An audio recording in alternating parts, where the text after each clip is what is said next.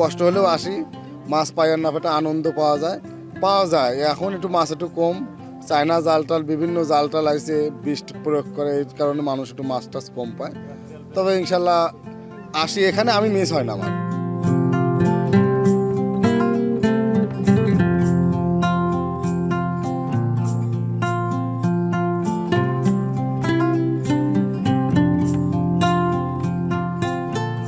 মাছ মারার বয়স ধরেন 30-35 বছর হয়েছে, মানে ছোটোবেলা থেকেই মাছ মারি।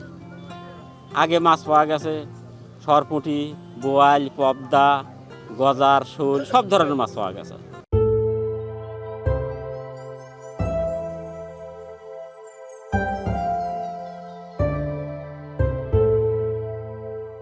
এখন এই বাঁধ হওয়াতে মাছ আর আসে না, গেট আটকে থাকে, পানি আসে পারে না, মাছও আসে না। এখন বর্তমান যে অবস্থা মৎস্যজীবী, মানে খাজনার টাকা হয় না।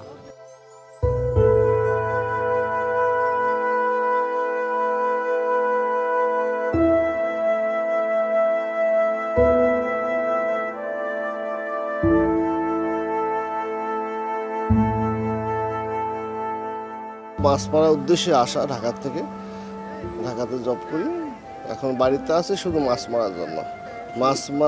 মাছ প্রতি বছরই পাই কিছু কিছু, তো এবছরও আশা আছে যে কিছু পাবো।